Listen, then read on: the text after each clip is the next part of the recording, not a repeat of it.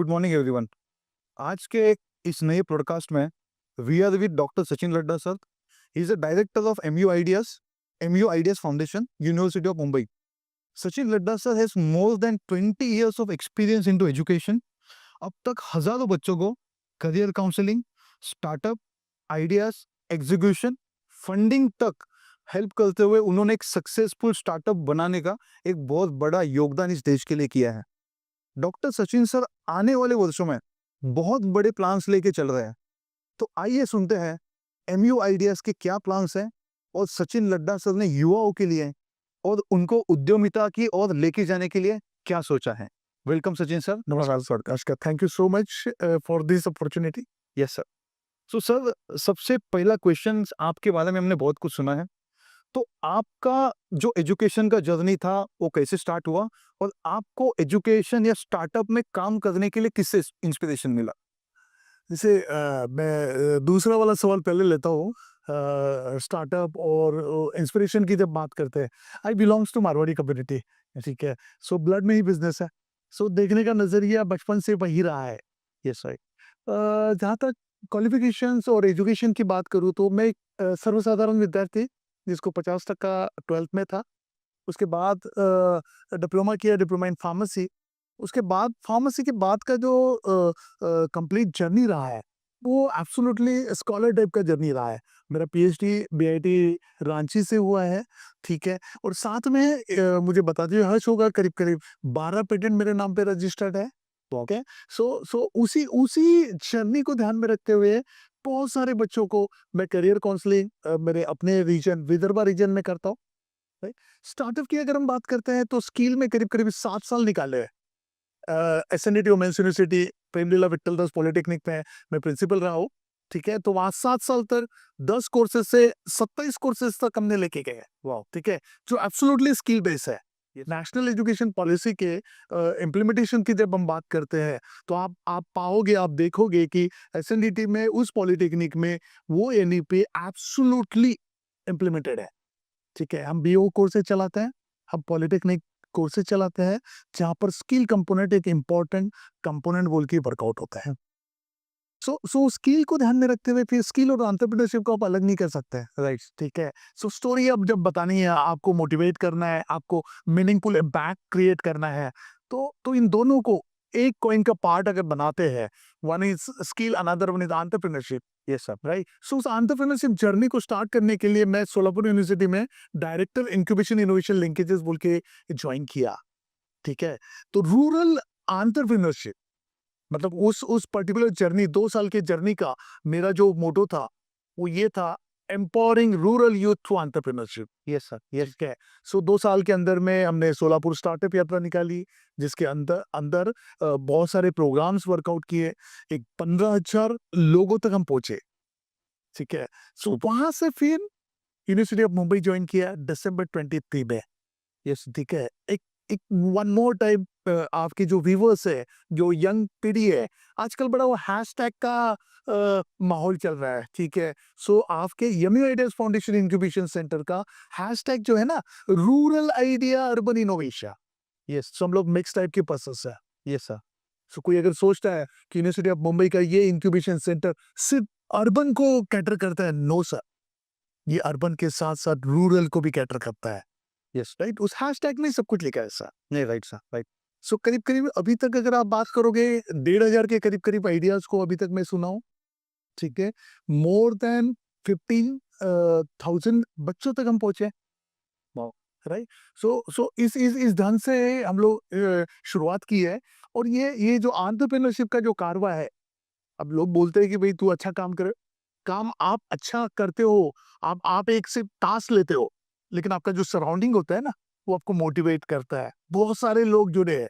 जैसे मैं अगर स्पेशली बताना चाहूँ तो स्वावलंबी भारत अभियान एक सोलापुर में उद्यमिता यात्रा वर्कआउट किया था हमारे साथ। जिस वे से ग्राउंड लेवल पे उन्होंने काम किया ना, दे मोटिवेट अस। यस। कहीं तो भी हमें फील हुआ कि हम उस ढंग से क्यों नहीं जाए, ट्रू सर। ठीक है। सो ये कहीं ना कहीं एंटरप्रेन्योरशिप रिलेटेड है। वैसे देखा जाए, आप मोटिवेशन की बात करो, तो मैं अक्सर सोचता हूँ कि आज के युवा बहुत बार ये सोचते हैं कि बहुत सारा पैसा होगा तो अच्छा बिजनेस बनेगा, अब वो दिन जा चुके हैं। अब अगर रिलायंस की स्टोरी देखोगे ना, धीरूभाई अंबानी की, ये वो भी तो आम इंसान था ना। Yes sir. सोच आज इस मुकाम तक लेके गई है। Right sir. और आज चाहे भारत सरकार रहे या महाराष्ट्र सरकार रहे, ये एंटरप्रेन्योर को हर एंगल से सपोर्ट कर रही है और इसी वजह से इंक्यूबेशन सेंटर आया है। यस। नहीं sir, yes yes. Even even ये जो आपका एक सोच है कि रूरल आइडियाज अर्बन इनोवेशन, आपके बातों से मुझे ये भी पता चला कि आपके पास अगर कोई काउंसलिंग आता है तो सबसे पहले you prefer rural people than urban people, और यही एक इंडिया का एक बैकबोन है जो रूरल इंडिया से होता है। सो आई थिंक ये बहुत बड़ा इनिशिएटिव आपने लिया है सर, और इसके वजह से not only the one student, देश को डेवलप होने में भी इसकी बहुत बड़ा सहायता हो सकती है। अच्छी जी, इसमें बेसिकली मैं यवतमाल जिले का रहवासी हूँ। आपने सुना होगा कि आत्महत्याग्रस्त ये बार-बार वर्ड आता है, ठीक है? मैं इतना बड़ा आदमी नहीं हूँ कि वो जो धब्बा है कहीं पहुँचूँ, बट इतना पक्का है कि उसमें कहीं तो भी कंट्रीब्यूट करूँ, ठीक है? राइट। और एक और चीज़ जो मेरे पढ़ने में आई थी महात्मा गांधी की, देहातों की तरफ चलो, गाँवों की तरफ चलो, ठीक है? तो आज मैं दावे के साथ कह सकता हूँ 2 साल का मेरा सोलापुर का एक्सपीरियंस, जो टैलेंट आपको रूरल में मिलेगा ना, वो आपके अर्बन की कंपैरिजन में रहेगा या उससे बेटर भी रह सकता है। सर राइट है। सिर्फ अगर कोई चीज़ की उनमें कमी है, तो एक है करेज और दूसरा एक्सपोज़र। नहीं राइट। तो हम बैठ के क्यों नहीं दे सकते यार? True true true true. ये सो वही उसी उसी थॉट पे चल रहा है। Yes, best sir. सर एक नेक्स्ट क्वेश्चन सर, अ, आपने अभी तक 10,000 या मोर देन 1000 स्टार्टअप्स के लिए आपने हेल्प किया है, तो स्टार्टअप के लिए स्टूडेंट को कौन से स्टेप्स या कौन से इकोसिस्टम की जरूरत होती है? राइट। आप स्टेप्स की बात करें, फिर मैं इकोसिस्टम की तरफ जाता हूँ। ठीक है? स्टूडेंट कौन से स्टेप्स की ज़रूरत है, इस बारे में आप पूछ रहे थे। Yes sir. ठीक है? सबसे पहले स्टूडेंट ने जो भी प्रॉब्लम्स आते हैं ना, उन प्रॉब्लम को दोस्त के बाद ही ट्रीटमेंट मिले। ठीक है? Most of the times problems की हम जब बात करते हैं तो प्रॉब्लम्स यार नहीं चाहिए मेरे को प्रॉब्लम्स लाइफ में, या वो प्रॉब्लम से दूर भागना चाहते हैं, या प्रॉब्लम्स फ्री लाइफ चाहते हैं। ठीक है? ये मेंटालिटी आपको स्टार्टअप इकोसिस्टम में नेगेटिव मार्क्स देगी। ठीक है? जब हम बात करते हैं प्रॉब्लम्स की, तो 100 लोग हैं, 100 लोग में से 95 लोग आपको ऐसे मिलेंगे कि जो इस मेंटालिटी के साथ है कि मुझे लाइफ में प्रॉब्लम नहीं चाहिए। ठीक है? और 5 लोग ऐसे मिलेंगे कि जो ये सोचते हैं कि यार ये प्रॉब्लम मेरे लिए अपॉर्चुनिटी का काम कर रहा है। राइट? ठीक है? और अपॉर्चुनिटी का काम कर रहा है और इस पे मेरे को सॉल्यूशन देना है, और ये जब सॉल्यूशन दूँगा, 95 लोग ऐसे हैं कि उस सॉल्यूशंस को परचेज़ करेंगे। तो ठीक है? सो इसको हम बोलते हैं आउट ऑफ बॉक्स थिंकिंग। तो सर। बस वो आउट ऑफ बॉक्स थिंकिंग जो है, वो आपको स्टार्टअप इकोसिस्टम की तरफ मूव कराएगी। राइट? ठीक है? अब जब हम बात करते हैं इकोसिस्टम की, राइट? सो इकोसिस्टम में मैं थोड़ा-सा सुपरफिशियली बात करूँगा और उसके बाद फिर एमयू रिलेटेड अगले अगले कुछ समय के बाद बताऊँगा। ठीक है? सो आज के डेट में हम जब बात करते हैं स्टार्टअप इकोसिस्टम में, तो स्टार्टअप इकोसिस्टम या startup ecosystem for rural youth, या वो एनी यूथ, या वो कोई भी पर्सन रहे, ठीक है? जो सिंपल चीज़ चाहिए सर, उसके पास क्या आइडिया। उस आइडिया को सुनने के लिए गवर्नमेंट ने बहुत सारे इंक्यूबेशन सेंटर्स बना रखे हैं। यस, ठीक है? गवर्नमेंट ने इवन कॉलेजेस को भी बोल रखा है कि आप प्री इंक्यूबेशन एक्टिविटी करो, मतलब उस स्टूडेंट को सुनो, समझो। राइट? ठीक है? यहाँ तक कि यही इंक्यूबेशन सेंटर अलग-अलग तरीके से कंपटीशन ऑर्गेनाइज करते हैं। जैसे आपने आइडियाथॉन के बारे में सुना होगा, यस सर राइट। ठीक है? बूट कैंप्स के बारे में सुना होगा, ठीक है? या उद्यमिता यात्रा या उद्यमिता रिलेटेड वर्कशॉप के बारे में सुना होगा। ये वही है कि जहाँ पर आपको करना क्या है कि बस मेरे पास एक आइडिया है और इस आइडिया को प्रेजेंट करना है। या एक बात बताऊं मैं आपको कि बहुत बार बच्चे ये बोलते कि मैं अक्षय जी को आइडिया क्यों बताऊं, हम्म। अगर उन्होंने आइडिया छुड़ाई हम्म। तो माय डियर फ्रेंड्स, मैं आपको बता दूं, ये आइडिया किसी की मोनोपोली नहीं है। अगर आप सोच रहे हो ये आइडिया सिर्फ मेरे ही दिमाग में आ रही है, तो आप एब्सोल्युटली रॉन्ग हो। ये सक्सेसफुल स्टार्टअप की बात करें तो मोस्ट ऑफ द स्टार्टअप आपकी कॉपी कैट है। Amazon, Flipkart, yes sir. उसके बाद आपका ज़ोमैटो, स्विगी, Yes. ओला, उबेर, डीमार्ट, वॉलमार्ट और बहुत सारे। नहीं राइट सर। सो आपको वो दिमाग से निकालना है। आप अपने मेंटर के पास जा रहे हो, आप इंक्यूबेशन सेंटर के पास जा रहे हो, या आप एक आधे प्लेटफॉर्म पे अपने आइडिया को प्रेजेंट कर रहे हो। Right sir? सबसे बड़ा बेनिफिट आपको क्या है पता है? उस आइडिया को वैलिडेट किया जाता है कि भाई ये आइडिया सच में मार्केट वायबल है या नहीं, राइट सर। तो वो वैलिडेशन से आपको मिल गया, उसके लिए आपको कोई चार्ज नहीं करना है, ठीक है। But at the same time suppose आपका वो आइडिया वैलिडेट हो गया, सो आप क्या हो गए कि आप उस इकोसिस्टम में इन हो गए। इंक्यूबेशन सेंटर इमीडिएटली बोलेगा लेट्स स्टार्ट। Definitely right. तो उस आइडिया को बड़ा बनाने के लिए आपको लगता है mentor support, incubation centre mentor support देता है। उस आइडिया को प्रोडक्ट में कन्वर्ट करने के लिए पैसा लगता है। बहुत सारे सीड फंड्स अवेलेबल है, कुछ गवर्नमेंट ऑफ इंडिया के है, कुछ गवर्नमेंट ऑफ महाराष्ट्र के है, कि जो आपको 15 लाख तक का सीड फंड देता है सर। तो आप प्रोडक्ट बना दिए, मार्केट वायबल हो गया, अब लगेगा क्या मार्केटिंग सपोर्ट। मार्केटिंग सपोर्ट भी इंक्यूबेशन सेंटर देता है। इंक्यूबेशन सेंटर क्या दे सकता है अगर आपने मुझे अगर पूछा, तो मैं बोलता हूँ कि एक स्टार्टअप को लगने वाली सब फैसिलिटी एक अम्ब्रेला के अंदर आपको देखने मिलेगी, वो है इंक्यूबेशन सेंटर। तो छोटा मोटा डीमार्ट समझ लो यार, एक सिंपल सिंपल रूरल लैंग्वेज में बात करूँ तो यस सर, ठीक है। Yes sir. सो उस वे से उसको सिर्फ आइडिया के साथ जाना है सर। हम्म, हम्म। अभी अभी आइडियाज की अगर हम बात करते हैं, या मैं जब प्रीवियसली एज ए इंक्यूबेटर में काम करता हूँ, incubation centre most of the times ये प्रेजेंट करता है कि we work on idea to business.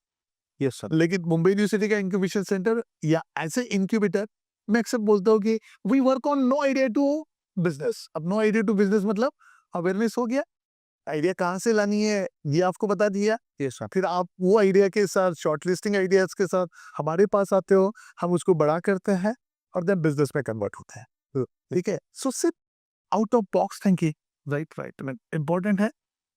करेज कि बॉस मेरे को जॉब देने वाला चाहिए, जॉब लेने वाला नहीं।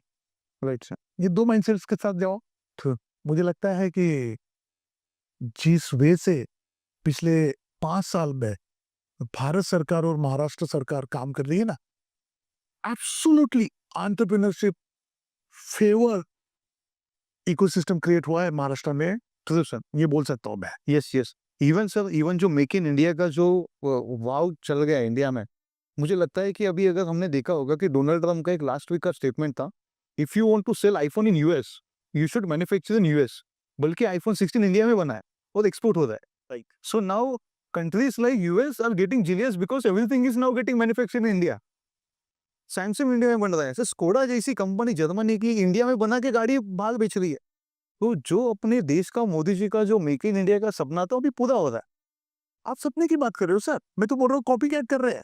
ये आत्मनिर्भर भारत की बात मोदी जी ने की है, अब वो ट्रम्प कर रहे हैं, ट्रम्प कर रहे हैं, कॉपी कैट हो गया, ठीक है। सो मतलब वो आइडियाज को वैलिडेट हुआ है और उसका इंपॉर्टेंस आज दुनिया देख रही है, राइट। तो उस इंपॉर्टेंस को वो भी तो सर ये बहुत बड़ी चीज है कि एक यूएस जैसी, यूएस की कंपनी इंडिया में आके अपना प्रोडक्ट बनाएगी और यूएस में बेचेगी।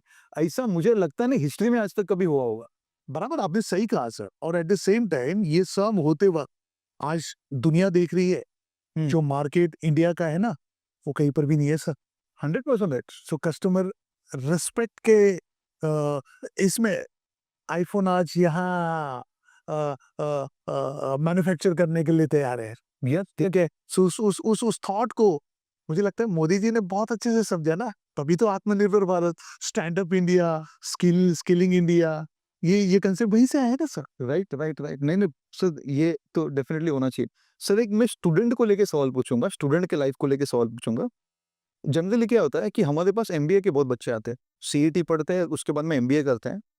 तो देखो दो टाइप की चीजें हो सकती है।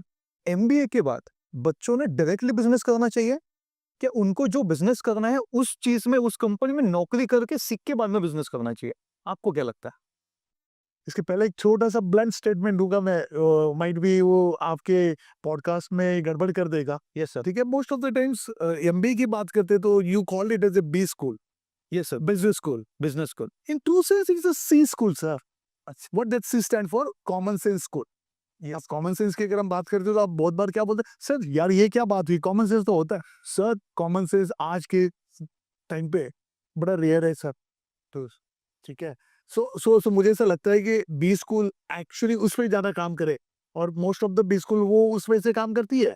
आज देखो बड़े बड़े स्कूल है कि वो वहां से निकला हुआ बंदा उसी कैटेगरी में जाता है।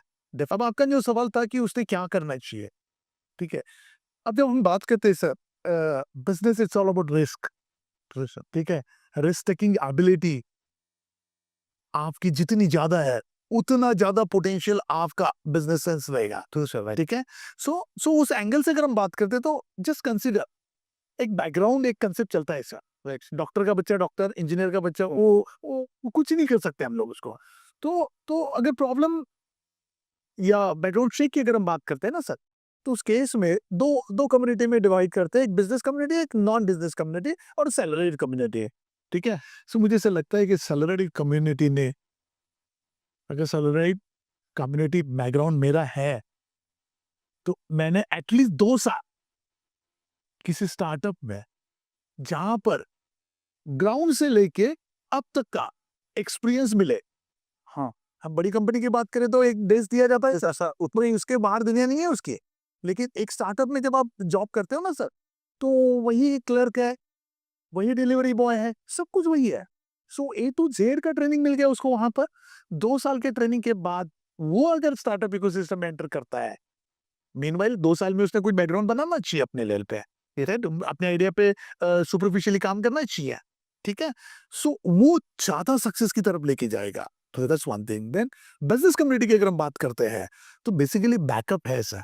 नहीं राइट। है ना, मतलब अगर ये, मतलब जैसे हम बात करते हैं, आपने सुना होगा कि जब भी आप काम करो तो प्लान ए और प्लान बी दोनों साथ रखो। तो हम बोलते हैं स्टार्टअप इकोसिस्टम में, एक अच्छे स्टार्टअप में प्लान ए होता है, प्लान बी होता है, प्लान सी होता है, प्लान डी होता है, प्लान ई होता है। E stand for exit. तो इतने प्लान के साथ आपको वर्कआउट करना पड़ता है। ठीक है, सो उस केस में अगर नॉन बिजनेस कम्युनिटी वाला इनिशियल स्टेज में एंटर होता है एंड अनफॉर्चुनेटली अगर वो फेल हो जाता है, और थ्रू आउट लाइफ बिजनेस नहीं करेगा, थ्रू आउट लाइफ एंटरप्रेन्योरशिप में एंटर करते वक्त 10 बार सोचेगा, फिर तो फेल्यूर इतना बड़ा है। ठीक है, सो उस वजह से ऐसे कैंडिडेट को हम प्रीफर करेंगे कि बॉस छोटी छोटी एक्टिविटी करो, तो कॉन्फिडेंस बिल्डअप करो और देन बड़ी की बात करो। ठीक है, अब बिजनेस कम्युनिटी वाले इसमें उसका बैकग्राउंड ऑलरेडी बिजनेस रिलेटेड है, एक्सपोजर मिल चुका है उसको, और एक्सपोजर लेना है, तो भी मुझे ऐसा लगता है कि बिजनेस कम्युनिटी ने भी 1 साल का वर्क एक्सपीरियंस लेना चाहिए sir. So even Isha Ambani also worked for a few years company, then she become a chairman of Reliance. At least 1 year का लेना ही चाहिए। मैं मिनिमम 1 ईयर की बात कर रहा हूँ सर। Right. अब जैसे अगर हम हरे कृष्णा की बात करते हैं, हरे कृष्णा डायमंड वाले का बात करें ना, Right. उनके केस में तो वो 5 साल का ट्रेनिंग है।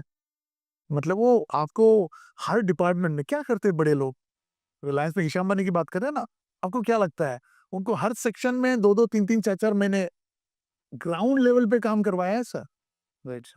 तो वो ग्राउंड लेवल पे काम करने का मीनिंग क्या हुआ सर, कि पूरा का पूरा चीज आप समझ गए। समझ गए, सीख गए आप। ठीक है, सो एक अच्छे बिजनेसमैन को आपको चीट करना बड़ा डिफिकल्ट है, क्योंकि वो सब लूपहोल्स जानता है अच्छे से। सिस्टम के पूरे लोग चांस। सो वो इकोसिस्टम या वो टाइप का माइंडसेट मुझे ऐसा लगता है कि आपके स्टार्टअप को सक्सेस की तरफ लेके जाए।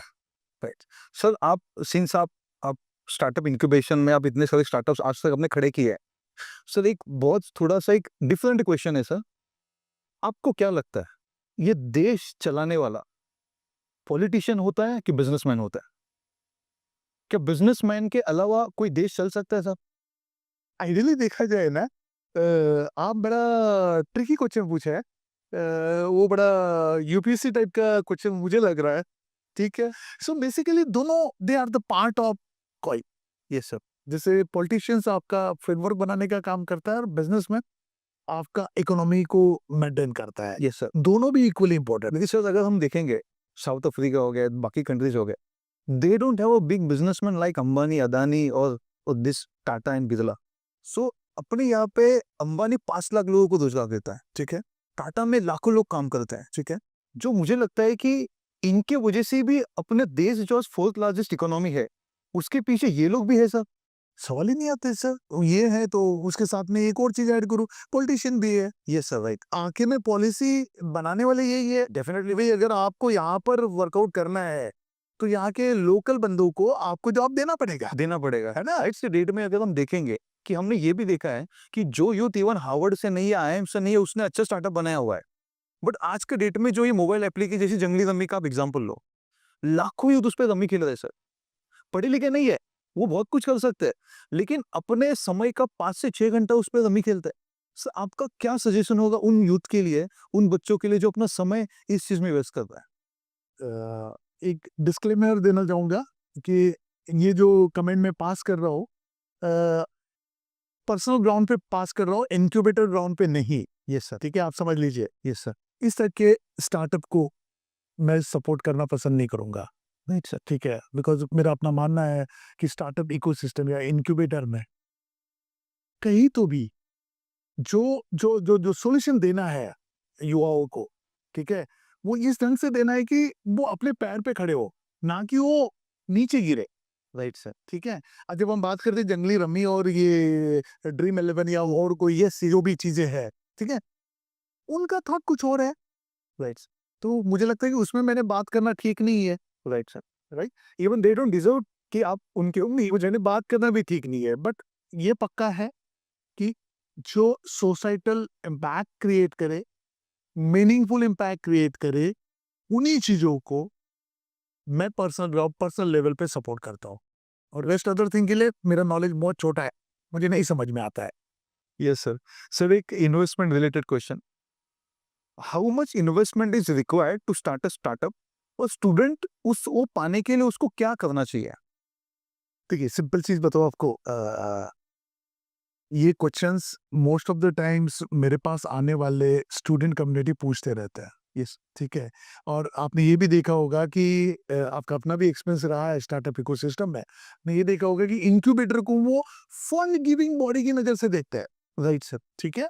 राइट, मैं आपको बोलता हूँ कि एक इंक्यूबेटर की तरफ कभी भी फंड गिविंग बॉडी की तरफ मत देखो। ठीक है? पैसा जो है ना, पैसा सिर्फ़ 5% है। 95% आपको जो लेना है ना इंक्यूबेटर से, वो मेंटरिंग, वो कोवर्किंग स्पेस, वो आपका लीगल सपोर्ट बाकी सब चीज़ें, वो सब चीज़ें लो। राइट सर, 5% से फंडिंग का बात है।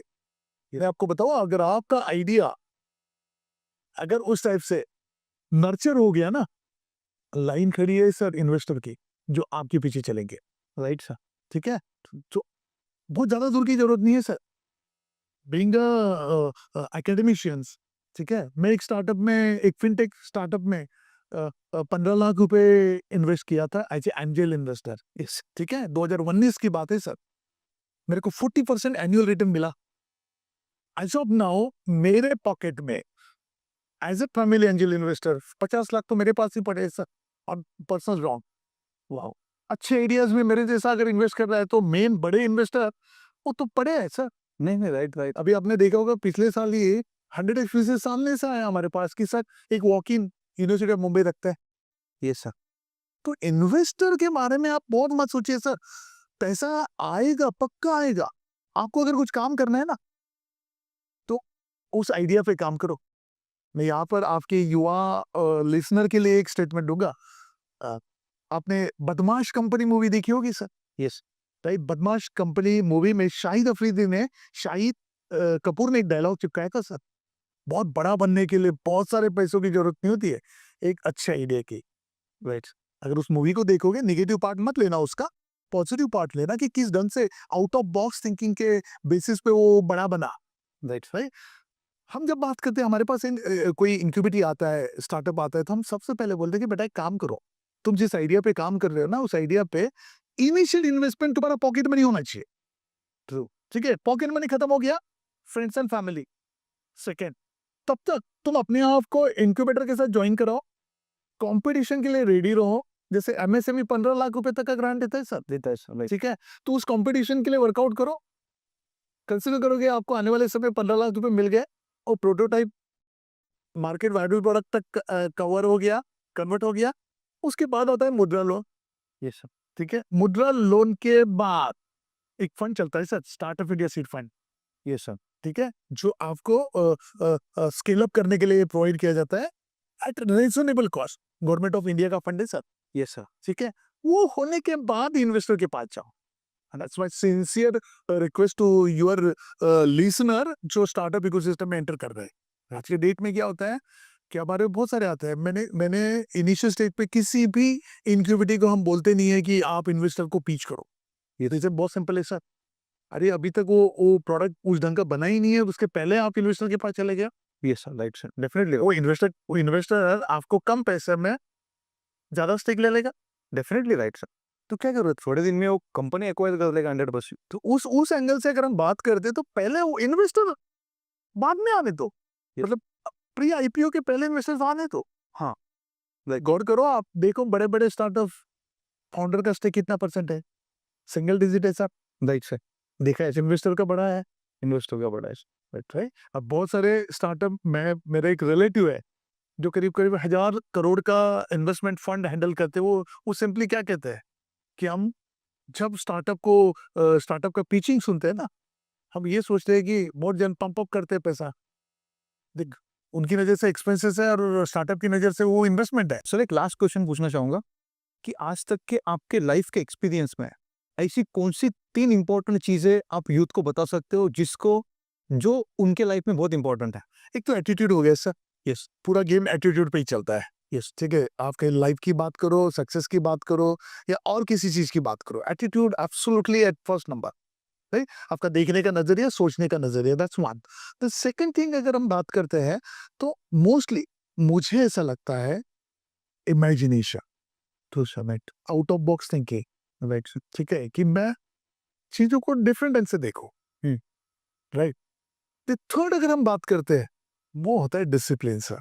राइट, राइट, सिंसियरली अगर आप काम करो कोई चीज को डिसिप्लिन इज तो सक्सेस बाय डिफॉल्ट आपकी कदम चुभेगी।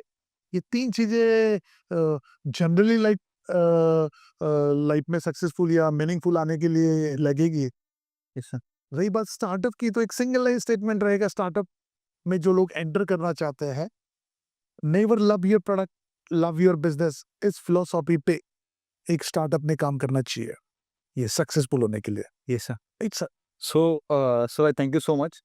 मेरे साथ है सचिन लड्डा जी और मैंने बहुत कुछ सीखा आज उनसे, तो मैं एक बार आपका बहुत बड़ा थैंक यू बोलना चाहूँगा। Thank you sir, thank you so much sir.